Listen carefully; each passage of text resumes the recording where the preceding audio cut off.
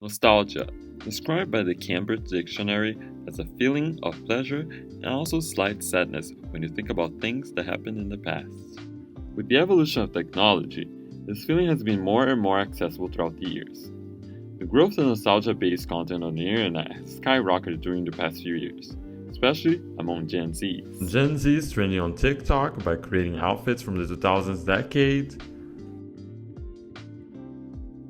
to making fun of pop culture that they used to consume during their childhood. Why aren't you in uniform?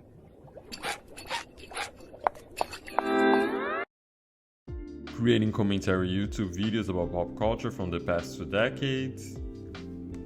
The rise of thrift shopping. Or just a simple act of creating an Instagram account based on nostalgia. But why is all that happening right now? There are a number of factors behind this phenomenon, but one of the main factors can be tied into the coping mechanism aspect of this trend. And that's exactly what I'm trying to explain here with this video. I'm with Joanny and welcome to the Spoiled channel. In a series of 3 videos, I'll be explaining how and why Gen Zs have been coping with nostalgia.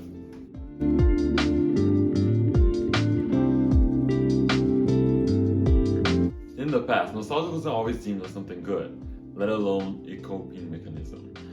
So it was primarily considered as a mental disease. What? Theorists believe that nostalgia and homesickness were basically the same thing. And that's pretty evident when you think about the words oranges, which is a combination of 2 Greek words. Nostos, the meaning of returning to the native land or home, and the other algos, signifying suffering, pain, or grief. In the US during the 19th century, doctors started to find bodily symptoms of nostalgia, but failing to prove that, they were convinced that nostalgia was more related to the brain rather than the body. In 1938, Surgeon John Collins Warren diagnosed a woman suffering from nostalgia. He stated, "The state of mind proceeds from an unusual longing from the native country. The diseased state of mind, well known to medical men under the technical name of nostalgia. If the desire is opposed and cannot be gratified, it may terminate in insanity and sometimes produce death." Nostalgia got even more tied up with the feeling of melancholia, sadness, and even depression. The physician and expert in mental illness, Daniel Hacktuck, even wrote back in 1892, "Nostalgia always represents a combination of psychological and bodily disturbances, and for this reason, it must always be defined as a disease." Gosh, Tuck, don't you think that's a bit harsh? The definition of nostalgia only got a positive connotation among doctors and physicians by the 20th century. It was then when nostalgia began to be seen as a feeling that was triggered by pivotal changes in one's life. An article in the American Journal of Psychology by Linus W. Klein, published in 1898, although he did not discard the theory of nostalgia being a disease, his studies did conclude this. Nostalgia is a very fundamental reaction of an organism of fairly describable groups of stimuli. These groups are primarily, it seems to me, the absence of loss of the familiar, the presence of the strange and untried, and secondarily restricted liberty, change of food, habits of life, and the like. In 1989, an article published in Educational Gerontology by John C. Kavanagh further added to the research on nostalgia, arguing that nostalgia represents a cognitive attempt to recapture time when life was good, safe, secure, and contented. And that brings us back to the point I'm trying to make here. The nostalgia is just a reaction of a period of time where changes and transitions are going on. And everyone can relate to that, especially Gen Zs. If you look back to the things that Gen Zs have been experiencing now, you'll understand more about how they're feeling more and more, leaning more and more to nostalgia as a safe and secure escape from reality. Since the pandemic happened, they're growing up, world gets crazier and crazier by the minute. So definitely we'll lean towards nostalgia to keeps us safe and secure and sound. In the New York Times article, Melissa Kirsch explains the act by saying, when the present moment is stressful and uncomfortable, when the future seems especially fuzzy and uncertain, nostalgia offers a balm. And it's through these little activities that Gen Z have been using nostalgia as a coping mechanism to deal with changes that can be rather stressful. Like me, for example. Before the pandemic and even afterwards, I got into the Y2K trend by buying DVDs, CDs, and watching movies and TV shows from the 2000s that were part of my childhood. And then I got to share my experience with them on social media. And I wasn't the only one. 22-year-old Gen Z Rachel Olivia, who lives in the UK and has an Instagram account based on nostalgia with 151k followers, definitely thinks that her account helped her cope with her reality during the pandemic, and even before that, arguing that this trend was not something new or a pandemic hobby. In fact, her account was the one who inspired me to get even one of my own. Here's what she says about her experience.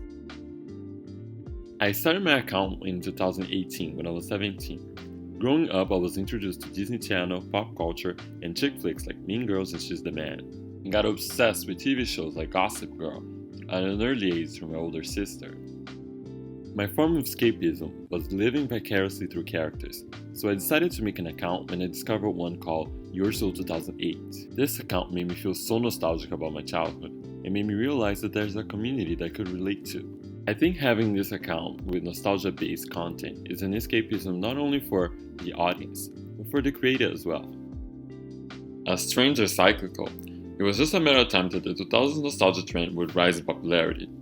Although the pandemic was not the reason behind this, it was definitely the time when the trend was at its peak.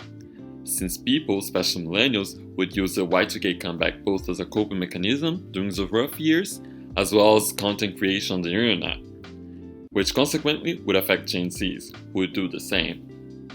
Stella, a 30-year-old millennial who lives in Finland and has an Instagram account called Bring Back 2000s with over 107k followers, began posting about the 2000s back in 2010 on Tumblr. Afterwards, she switched to Instagram in 2018. So, do you think...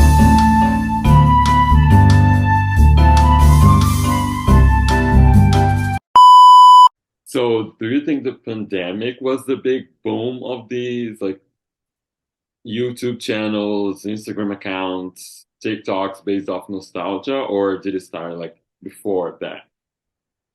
I think it started a little before the pandemic. We started seeing more of the Y2K clothing trends, but it definitely grew massive during the pandemic. Mm-hmm. And I think it had a lot to do with people just being bored at home on their phones. Everyone had TikTok and Instagram, and everyone was just reminiscing about better times and better days.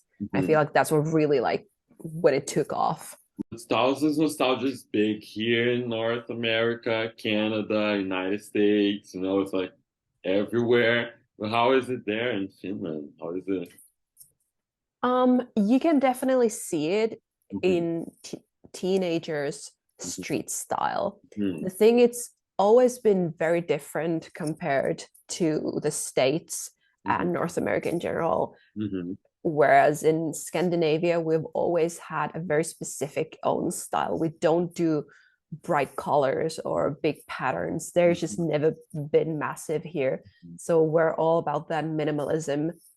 And the past few years, there's also been the rise of the Scandi style, those very chic Swedish Norwegian girls. They are all over Instagram. So I think the current trend is a mixture of that and then the Y2K style as well, incorporated.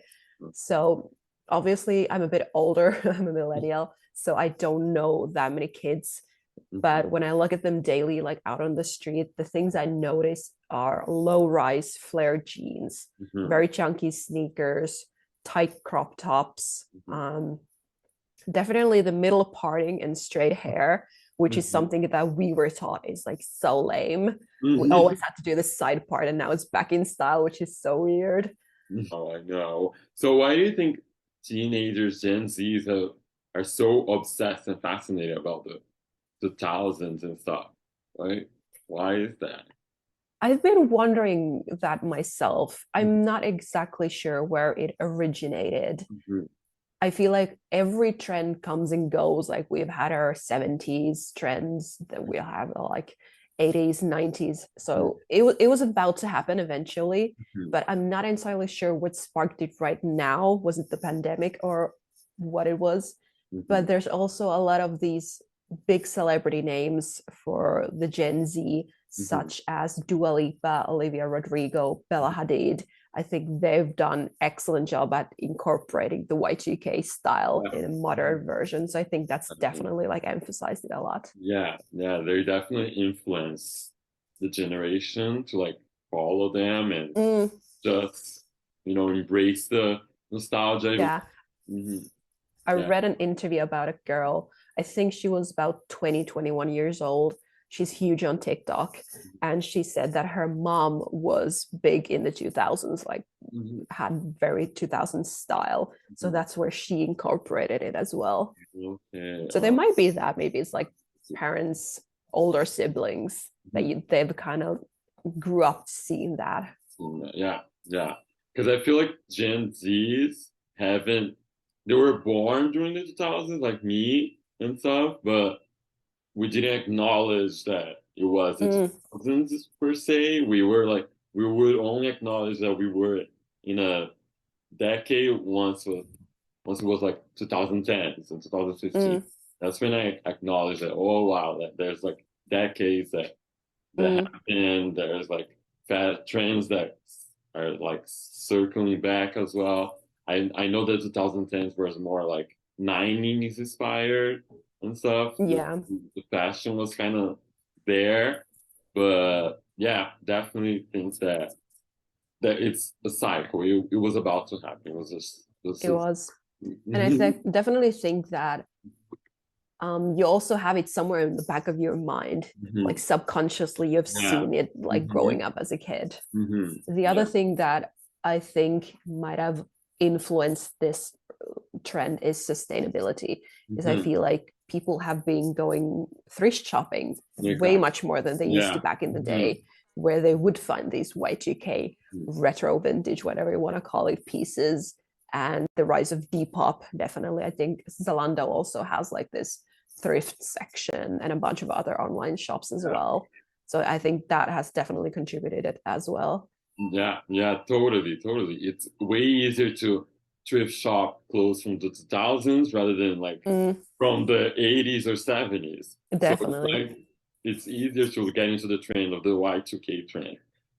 Is it just me, or do you feel like you were born in the wrong generation? Most of Gen Z would agree, and I've decided that Y2K is it. I'm a Gen Z marketer, and I'm here to explain why you're seeing this aesthetic everywhere. First, you have to understand why this is so big for us. We're stressed. The earth is burning and the cost of living is skyrocketing. We also just grew up in a pandemic. There's just a lot going on right now. We need an escape, and nostalgia makes people happy, regardless of whether or not we've actually experienced what we're nostalgic for. And that nostalgia is resurfacing. You can see it in baby tees, chokers, tracksuits, denim on denim, bucket hats, and low-rise jeans. So what does it look like in marketing? We're seeing a resurgence of old Y2K marketing plays. Just look at the Halloween boo buckets from McDonald's and Oreo's Cakesters. Brands like Juicy, Birkenstock, and Von Dutch are making a comeback, and bright fonts and styles that feed into the digital chrome vibe are on the rise. Are you into the Y2K revival? So in order to get a more of a Gen Z perspective on the subject, well, besides mine, I had set up the Nostalgia EXPO at my university, which is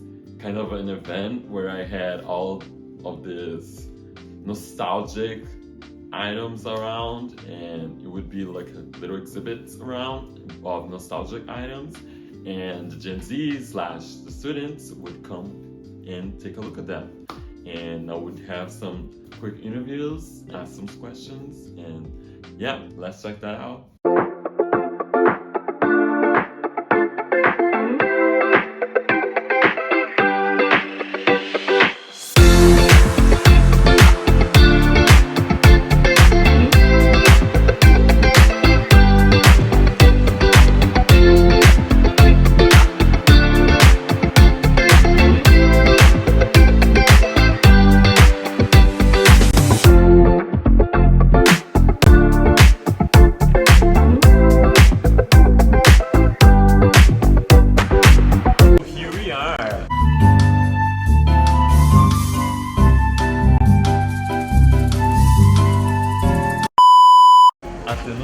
Nostalgia EXPO. Let's take a look around, okay?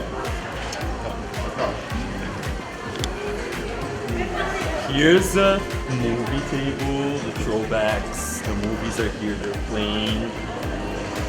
This is out of battery not right now, but it was playing, guys. It was playing. So this is the donated stuff that people gave to trade with other students. You see, it's a cute jacket. I want it. And this is the main table. The main table is where it's at. Okay, because we have like pins. We had more before, I swear. But now we have like business cards. We have stickers that you come around and get them. We have candy. Now also have this business beer box which serves as a sticker box. And we have the spoiled stickers. My favorite.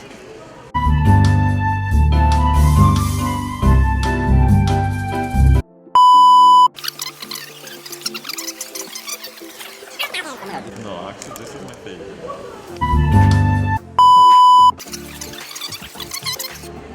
Paris Hilton.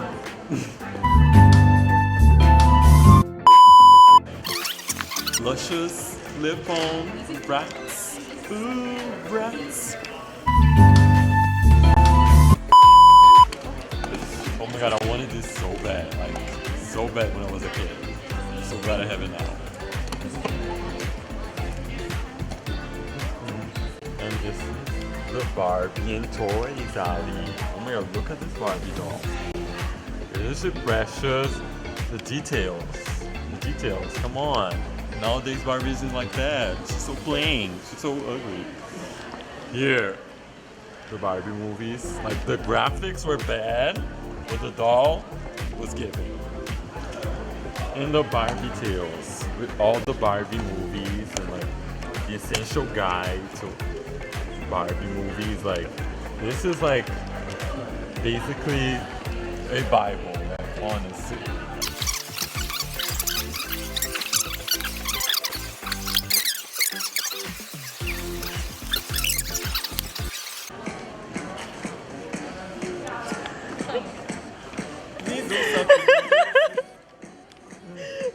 That we're laughing.